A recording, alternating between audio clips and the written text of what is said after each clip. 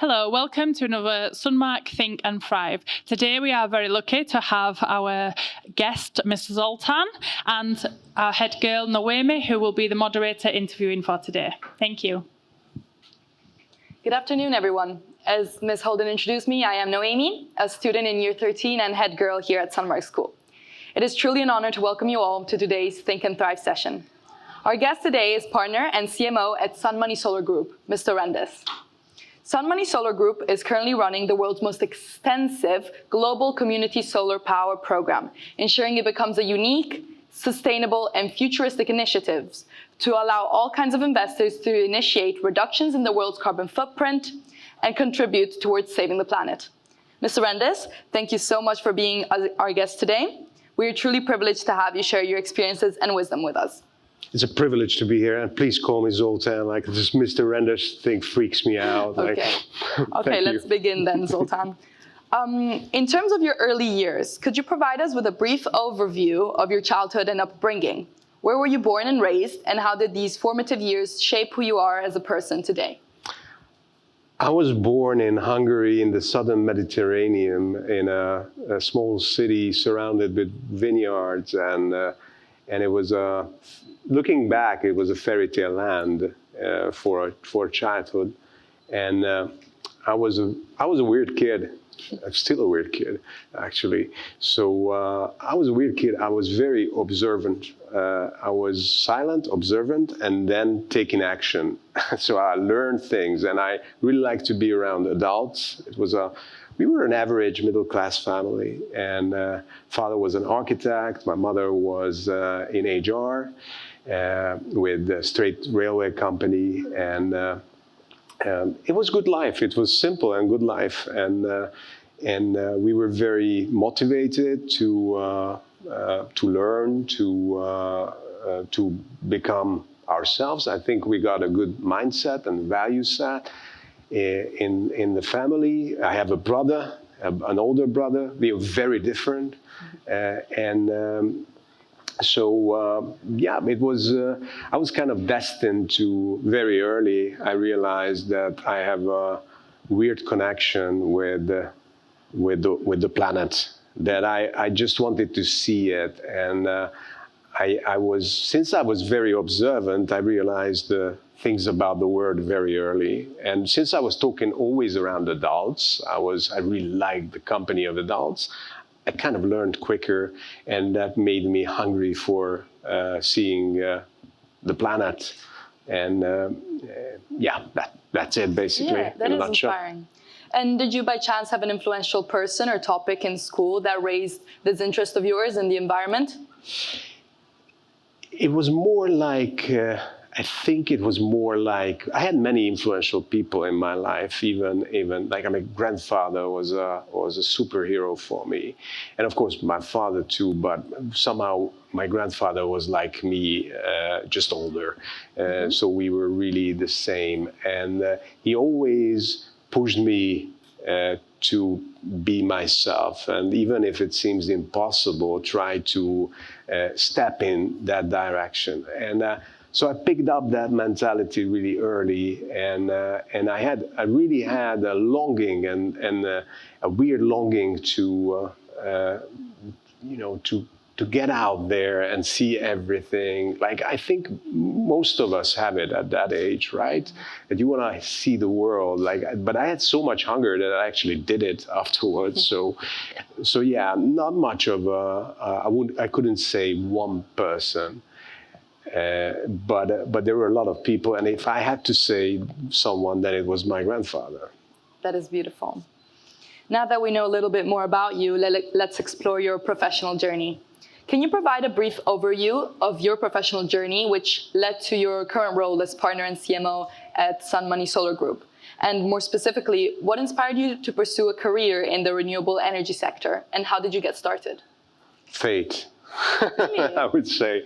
I'm a marketing and business strategist professional, and I spent my education was in England and in the US, and but I got derailed by fate and spent 10 years in war and disaster-torn areas of the world as a war correspondent for big networks, US and European networks.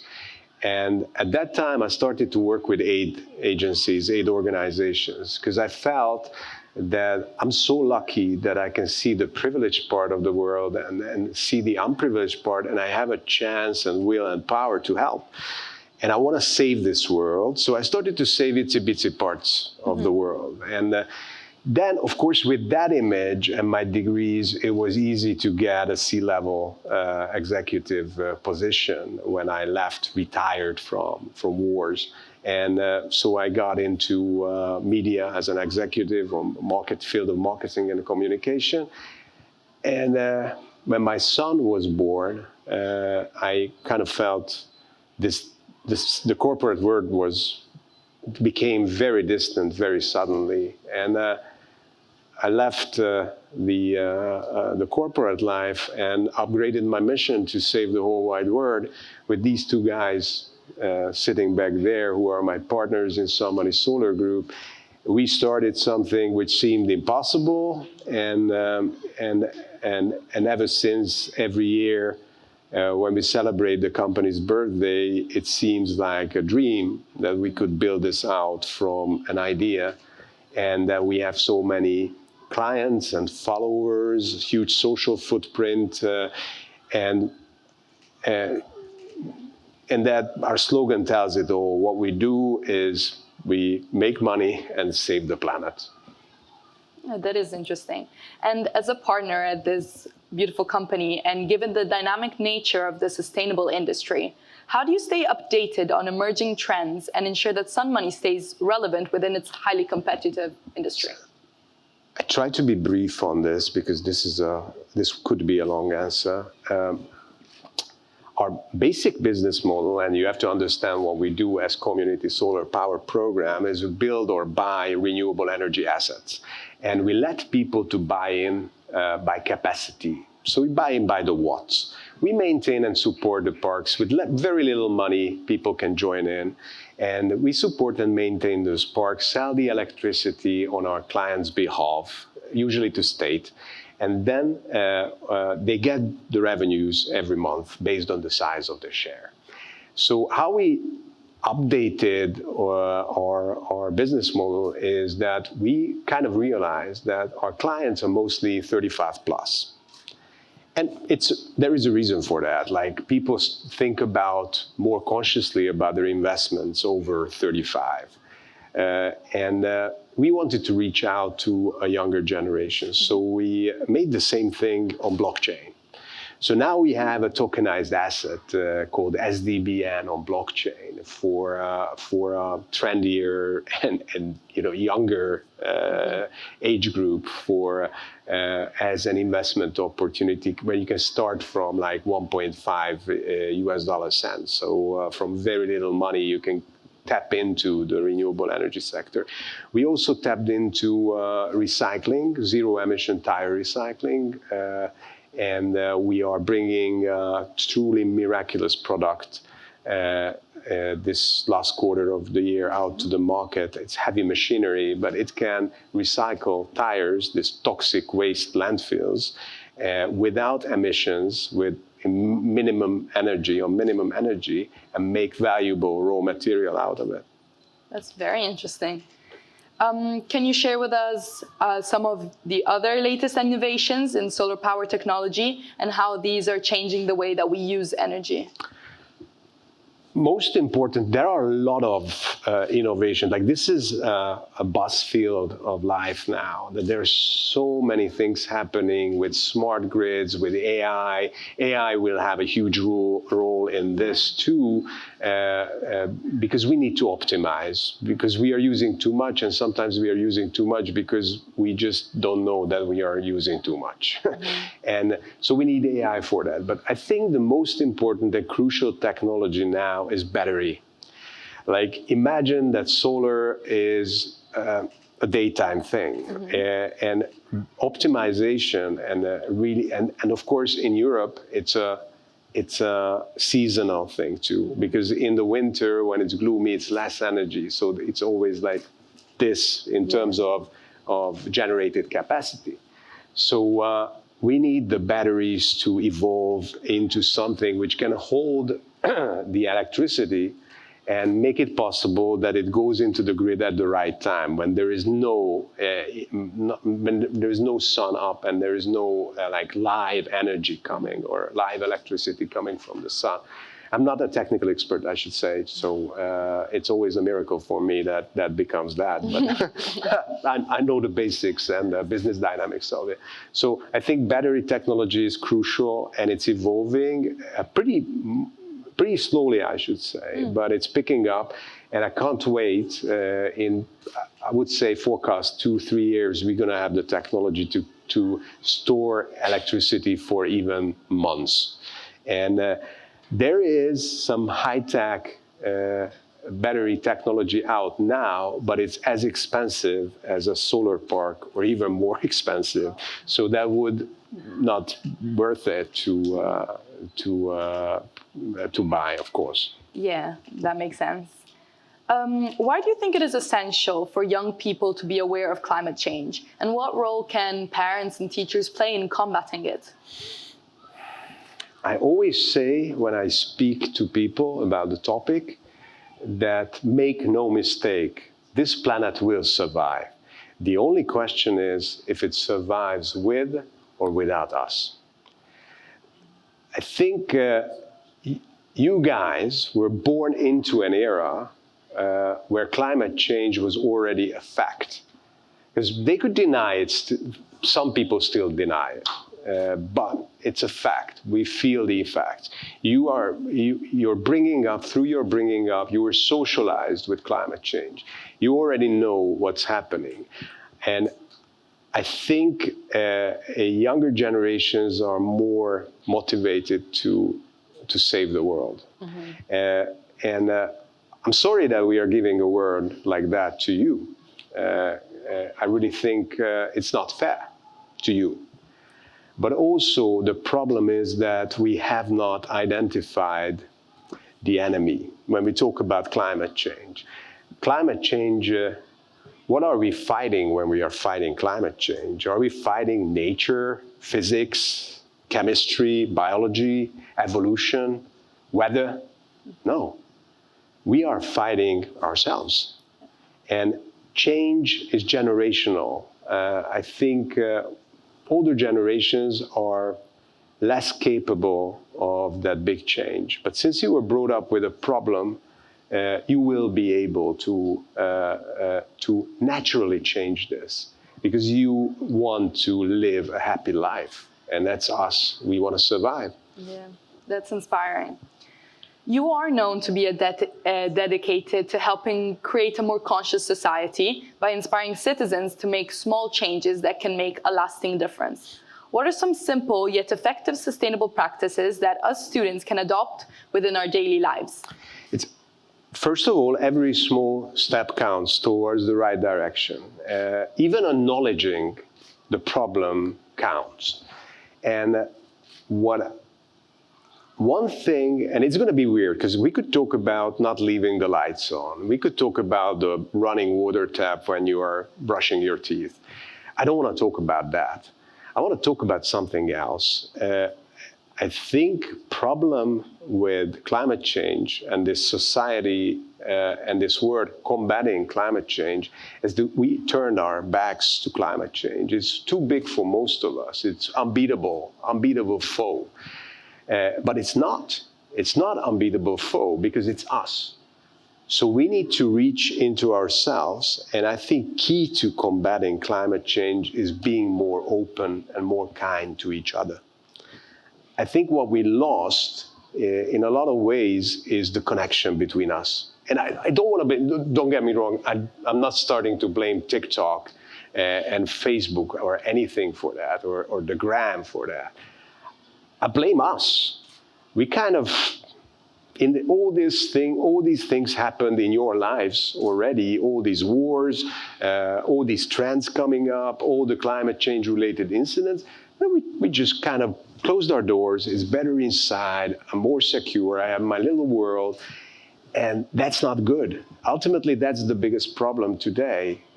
with everything, and especially with climate change. We don't talk to each other anymore.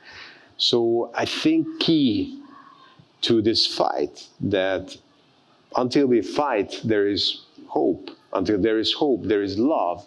And ultimately, only love can save this world. That's a very interesting way to think about it. How do you think education systems around the world can incorporate renewable energy and sustainability into their curriculum? I think we see a lot of good examples now. Like I go to many schools, elementary, middle, and of course universities. Universities have now professions or people, studying towards professions related to climate. And I was very lucky to meet some of the young people who were really, inspired and motivated to become experts in this. Mm-hmm. And I think you must be learning about climate change and the effects of climate change. Maybe elementary school is less, there is less of a material in the curriculum. And we need to acknowledge that there are very differences between education systems in the world. So imagine in state schools in poorer countries, there's not even time to teach your own language. So why would they waste time on climate change? Imagine that politically driven agendas in different European countries, and they state if the government denies climate change, then the state school will deny climate change. So that's a huge problem, but I think it's coming, and I think it's already there. I think it's going to be a big part of all science-related classes, that it's going to get integrated into how it changes the field of chemistry, how it changes the field of geography or biology and physics, and how we can understand it. Because I think one of the most interesting things in climate change that mostly the weather-related incidents are physics, and it's easy to understand it from basic physics. Mm-hmm. Yeah, I agree. What kinds of career opportunities are available in the renewable energy sector for all young people interested in making a difference?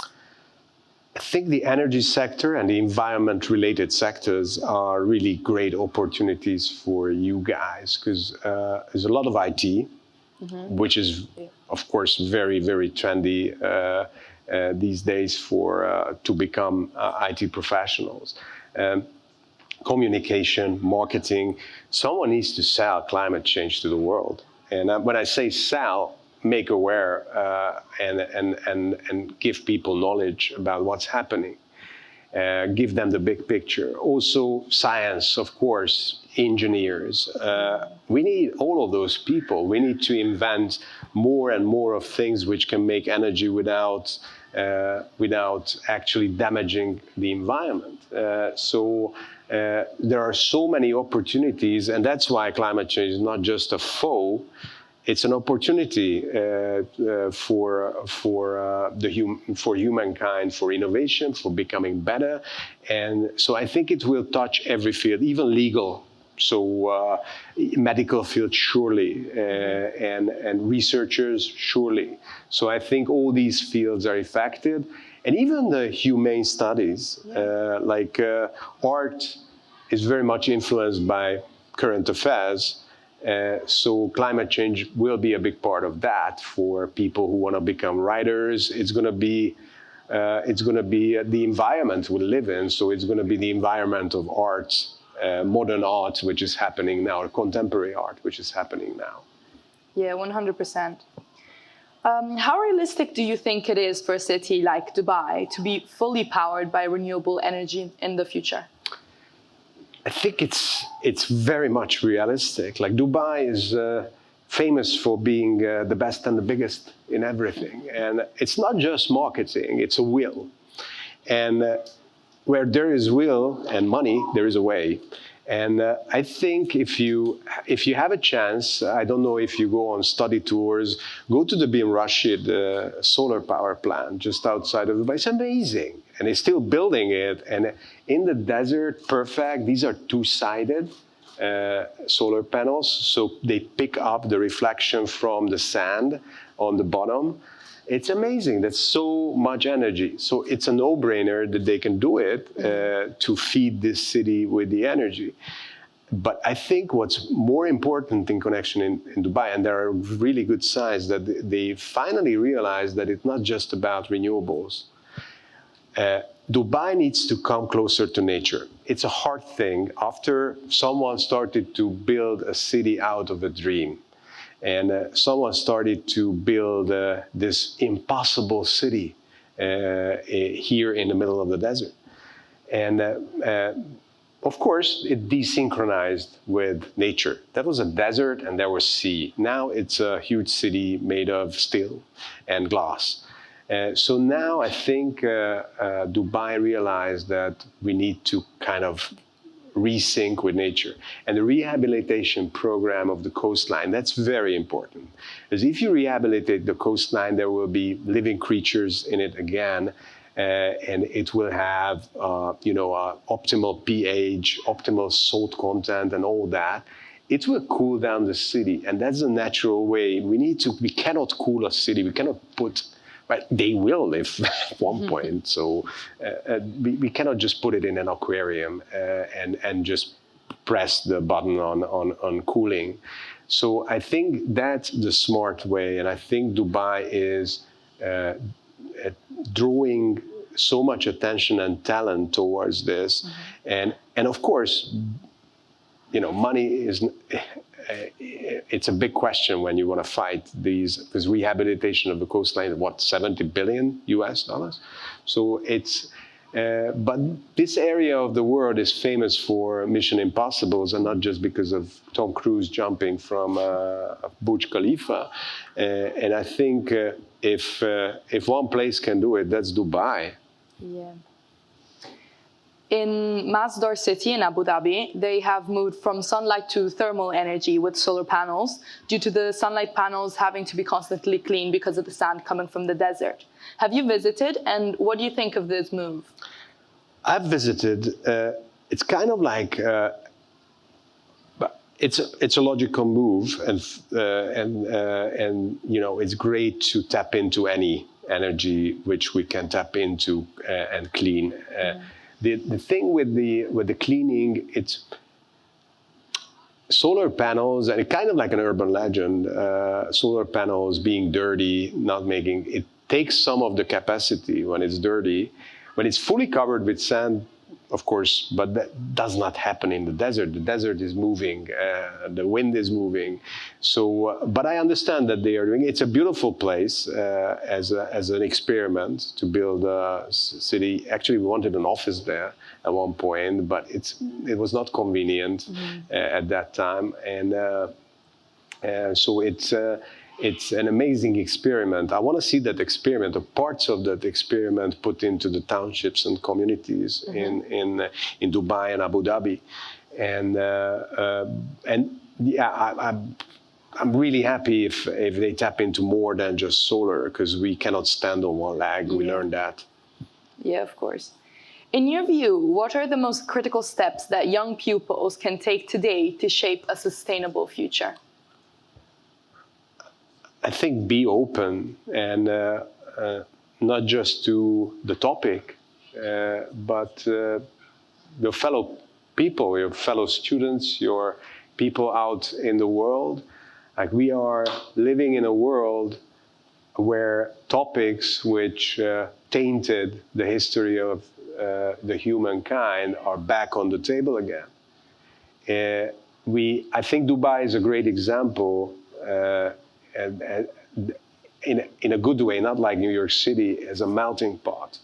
And that a lot of religions live in peace, and a lot of people from different cultures can live in peace. It's a great example.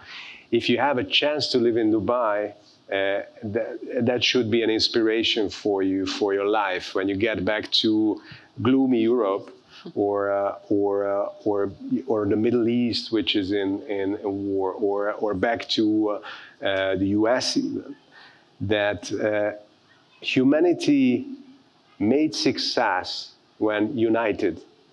And we are capable of so many things. We have dagged obstacles. Nothing could and it was impossible. We are smart, we are innovative. We can do anything when we keep together. And I think that's I could tell you a lot of little things, but it all starts there. Reach out with your hand, help the others, be open to people, and raise them up, and let us rise together. That is very inspiring. And just because we have time, one last question on this section. How does investing in renewable energy contribute to global efforts against climate change? It's very important that renewable energy used to be a state business, even in the US. So then the private sector came in, but it's slowly developing. Why? Because still big money, and it's crucial that big money, the direction of the flow of money changes. So we need a lot of people to see renewable energy as a good investment opportunity, as something which is trendy, something which is which will bring in the ships for us on the long run. So we need to scale up. We cannot scale up without, so there is no problem, and I don't see a problem with fossil fuels. Fossil fuels have been feeding our societies and economies for decades and centuries since the Industrial Revolution. There's no problem with it. We need fossils to build renewables. I cannot take the panels on my back to the desert. But at one point, we have to scale up on renewables on a level. And until it's not mainstream investment, until people don't turn to renewables as an investment opportunity, until then it will be impossible. Because private sector by itself is still too small. Countries like the UAE who have big money and can build gigawatts are rare. Europe is in shambles. No one met the target numbers, not in your original country, not in mine. It's a problem. It's becoming a problem. And now, if you look at UN, United Nations, every year they have COP. Last year it was here. This year's topic will be raising the threshold of 1.5 degrees Celsius. And that will ultimately, we are signing on killing part of this world. Animals, plants, we are, but unfortunately human beings. And I have a T-shirt on, we have a non-profit, and we chose this as, we are endangered species. And if you go up there, we just started this last year, and you can sign up from some fresh information. It's not a non-profit which will ask for money from you. It's not even a non-profit which will ask anything from you. Just maybe listen sometimes, and so a bit of your time. Thank you for those valuable and inspiring insights. Now let's have some fun and move on to our next section, the rapid fire questions. You get about 10 seconds to answer each question, which means they need to be rapid and the first thing that comes to mind. So here we go. Ready? Yes. If you could have one superpower to help combat climate change, what would it be and why? To open hearts and minds. Solar-powered gadgets are becoming increasingly popular. What's your favorite solar-powered device and why? That's a tricky question. I love that I can now have a little charger which charges from the sun. I use my mobile phone 24 hours a day. So. Cool. If you could install one solar panels anywhere in the world, where would it be and why? Where would it be and why? Everywhere. Yeah. We should cover the world with solar. What's the coolest or most unexpected place you've seen solar panels installed? Jordan, in the Wadi Rum Desert, in the Valley of the Moon, the Bedouin tents are fed with solar, and they are hidden in between the rocks that it does not disrupt the landscape. That's interesting. As a passionate advocate for sustainability, what's your go-to eco-friendly travel tip for reducing your carbon footprint? Well, I could say don't travel, because when you step on that plane, you're already killing the planet, but you should travel a lot. I think just be mindful, Planning is crucial of wasting energy and time and a lot of other things.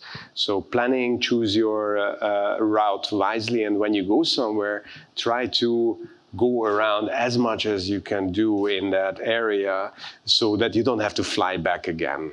Yeah. If you could collaborate with any celebrity or even a fictional character to promote renewable energy, who would it be and why? Celebrities would be, I think, a long shot, because they are doing their PR rounds. So I don't have a problem with that, but I would not collaborate. My favorite superhero is Batman, but he would not be good for climate change. So I would collaborate with you guys, and that would be, you are the superheroes. Ultimately, you will change everything. I can be here and help you until I'm here. Mm-hmm. What's the most surprising misconception you've encountered about solar energy, and how do you tend to debunk it? There are a lot of misconceptions with solar energy and climate change, and I don't even want to choose one now, because I think it's a bit pointless to do it. I think we have to be very patient with people and start to explain very patiently when they don't know something. Because sometimes it's not the question of being dumb; it's the question of not having the knowledge, or not tying your basic physics knowledge into what's happening out in the world or what's happening in renewable energy. Yeah. And on to our last question. If you could rename the sun, what would you call it? It's easy, because Earth is mother, water is life, so sun should be daddy. Yes. Okay, that's all we have time for today. Thank you so much for coming. Thank you, Noemi. Thank you very much. Thank you very much for your time. Thank you, Noemi. Excellently done. And there's just a little thank you from us, Zoltan. Oh, thank you very much. Thank you for attending. Thank you. Very nice meeting you. Thank you. Thank you. Thank you, Thank you again Noemi, for coming. thank you. Thank you.